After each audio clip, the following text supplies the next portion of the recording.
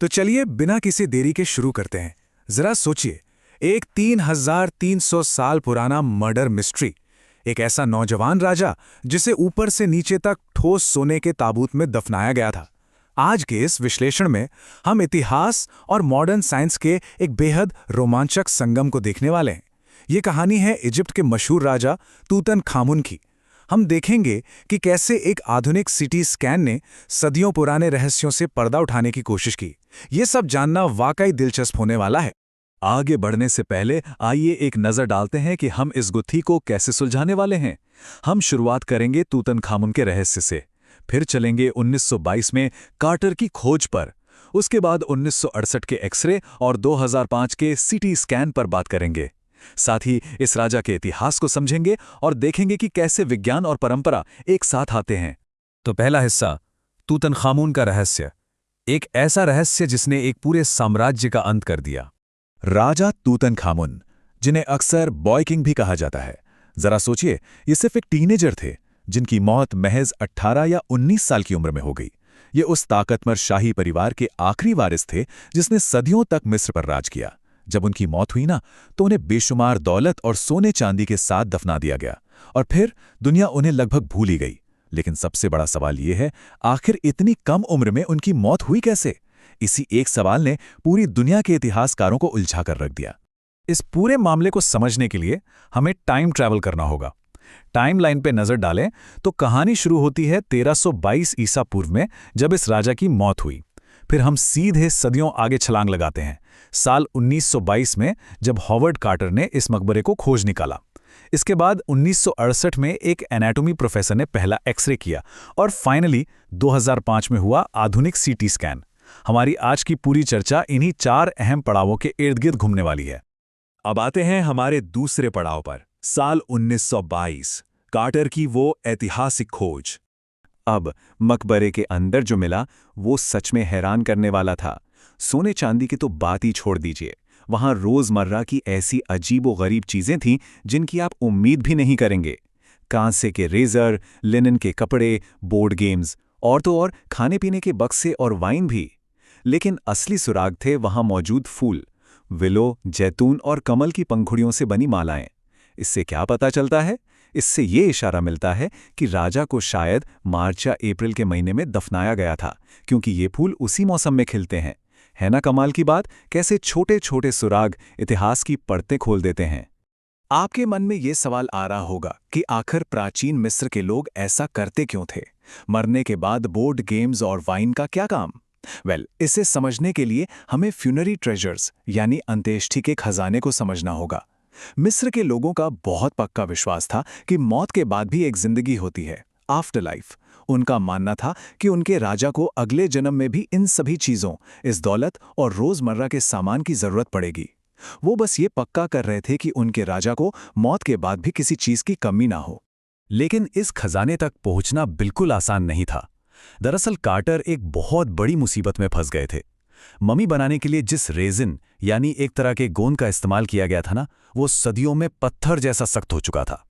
Mummy पूरी तरह से ठोस सोने के ताबूत से चिपक गई थी। कार्टर ने पहले तो एक देसी जुगाड़ लगाया।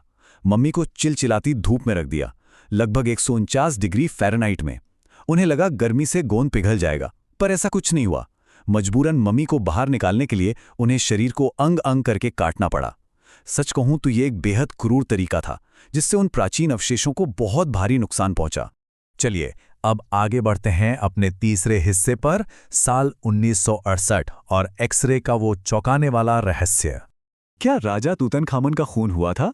कार्टर की खोज के दशकों बाद 1968 में ये सवाल अचानक से हर किसी की जुबान पर आ गया। क्यों? क्योंकि 1968 में जब एक एनाटॉमी प्रोफेसर ने मम्मी का एक्सरे किया तो एक बहुत ही खौफनाक सच्चाई सामने आई। उस सख्त रेजिन की परत के ठीक नीचे राजा की छाती की हड्डी और सामने की पसलियां पूरी तरह से गायब थीं। जी हां, बिल्कुल गायब। ये कोई आम बात तो थी नहीं। क्या किसी ने उनकी पसलियां तोड़कर उनकी हत्या की थी? बस इसी एक खुलासे ने इस पूरी मिस्ट्री में सस्पेंस को 10 गुना बढ़ा दिया। और यहीं से हम एंटर करते हैं अपने चौथे पड़ाव में, साल 2005, जब सीटी स्कैन और आधुनिक विज्ञान ने इस मामले को अपने हाथों में लिया। अब यहां हमें एक बेहद दिलचस्प साइंटिफिक कॉन्सेप्ट को समझना होगा, फोरेंसिक रिकंस्ट्रक्शन, सीधे शब्दों में कहें तो ये मॉडर्न साइंस का इस्तेमाल करके हड्डियों के ढांचे से किसी इंसान का चेहरा या शरीर फिर से बनाने की तकनीक है। रेडियोलॉजी, फोरेंसिक और एनाटॉमी के टॉप एक्सपर्ट्स की एक पूरी टीम इस ममी को स्टडी करने के लिए एक साथ आई। उनका एक ही मकसद था, किसी भी तरह से ये पता लगाना कि आखिर इस कम उम्र राजा की मौत कैसे हुई थी और वो असल में दिखता कैसा था। और उन्होंने ये कैसे किया? एक खास नंबर पर गौर कीजिए, 1700। ये कोई मामूली नंबर नहीं है। सीटी स्कैन मशीन ने राजा तूतनखामून के शरीर की पूरे 1700 डिजिटल एक्स-रे इमेजेस ली। सोचिए, उनके सिर को 0.62 मिलीमीटर के बेहद पतले स्लाइस में स्कैन किया गया। फिर इन सैकड़ों इमेजेस को ब्रेड के स्लाइस की तरह एक के ऊपर एक जोड़कर एक 3D वर्चुअल शरीर तैयार किया गया। तकनीक का ये लेवल सच में दिमाग घुमा देने वाला है। इन दोनों घटनाओं से हमें ये भी पता चलता है कि आर्कियोलॉजी यानी पुरातत्व विज्ञान इन दशकों में कितना बदल गया है। 1922 में जब कार्टर ने खोज की थी तो उनका सारा फोकस खजाने, सोने और कीमती चीजों पर था, जिसके चक्कर में ममी को भारी नुकसान झेलना पड़ा। लेकिन 2005 तक आते आते फोकस पूरी तरह से बदल गया। अब दिलचस्पी सोने में नहीं, बल्कि जिंदगी और मौत के उन अनसुलझे रहस्यों को समझने में थी। और सबसे अच्छी बात, अब हमें बिना शरीर को तोड़े या नुकसान पहुंचाए मॉडर्न डेटा ड्रिवन तकनीक से इतिहास के इतने करीब जाने का मौका मिल रहा था। चलिए अब रुख करते हैं अपने 5वें हिस्से की तरफ, राजा तूतनखामून का इतिहास और उनके परिवार की कहानी। आपको बता दूं, इस शाही परिवार की हिस्ट्री किसी थ्रिलर फिल्म से बिल्कुल कम नहीं है। शुरुआत होती है अमेनोहोटेप III से, एक बेहद ताकतवर शासक जिसने पूरे 40 साल तक राज किया। सब कुछ ठीक था, लेकिन फिर गद्दी पर बैठा उनका बेटा अमेनोहोटेप IV, और उसने तो जैसे सब कुछ ही पलट कर रख दिया। उसने अपना नाम बदलकर अखिनातेन रख लिया और एक नए भगवान एटन यानी सूर्य चक्र की पूजा शुरू करवा दी।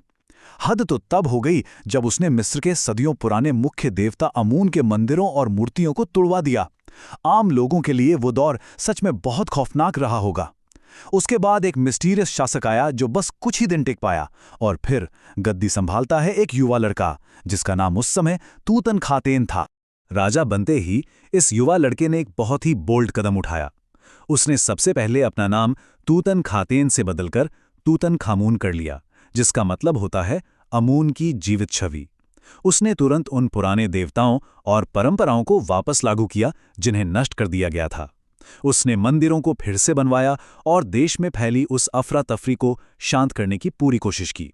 उसने सब कुछ कितनी सूझबूझ से संभाला था, लेकिन बड़े दुख की बात है कि सिर्फ 9 साल के राज के बाद इस युवा राजा की अचानक और रहस्यमयी तरीके से मौत हो गई। और अब हम आते हैं अपने आखिरी हिस्से पर, विज्ञान और परंपरा का वो अनोखा संगम। ये जो बात कही गई है ना, ये ज़ही हवास के शब्द हैं जो उस वक्त मिस्र की सुप्रीम काउंसिल ऑफ एंटिक्विटीज़ के महासचिव थे। उन्होंने कहा था, भगवान का शुक्र है आज रात मैं चैन से सो सकूंगा। दरअसल सीटी स्कैन से पहले वो इतने टेंशन में थे कि उन्हें नींद तक नहीं आ रही थी, लेकिन स्कैन के रिजल्ट्स ने उन्हें एक बहुत बड़ी राहत दी। स्कैन से ये साबित हो गया कि 1922 में कार्टर ने जो हड्डियां तोड़ी थीं, उसके अलावा राजा के शरीर से कोई भी बड़ी चीज गायब नहीं थी। हत्या वाली थ्योरी का भी कोई ठोस सबूत नहीं मिला। हवास के लिए बहुत बड़ा सुकून था कि मॉडर्न साइंस ने उनके प्राचीन राजा का पूरा सम्मान भी रखा और सवालों के जवाब भी ढूंढ निकाले। एक दिलचस्प बात देखिए, आधुनिक तकनीक ने राजा तूतनखामून के शरीर की एक-एक इंच की जांच की, लेकिन जांच पूरी होने के बाद उन्हें वापस वैली ऑफ द किंग्स में उसी मकबरे में दफना दिया गया। प्राचीन मिस्र के लोगों का सबसे बड़ा विश्वास रिजरेक्शन यानी मौत के बाद दोबारा जीवन मिलने में था।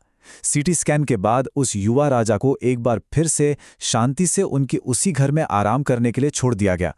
विज्ञान ने अपना काम किया और फिर बहुत ही सम्मान के साथ प्राचीन परंपराओं को उनकी जगह दे दी।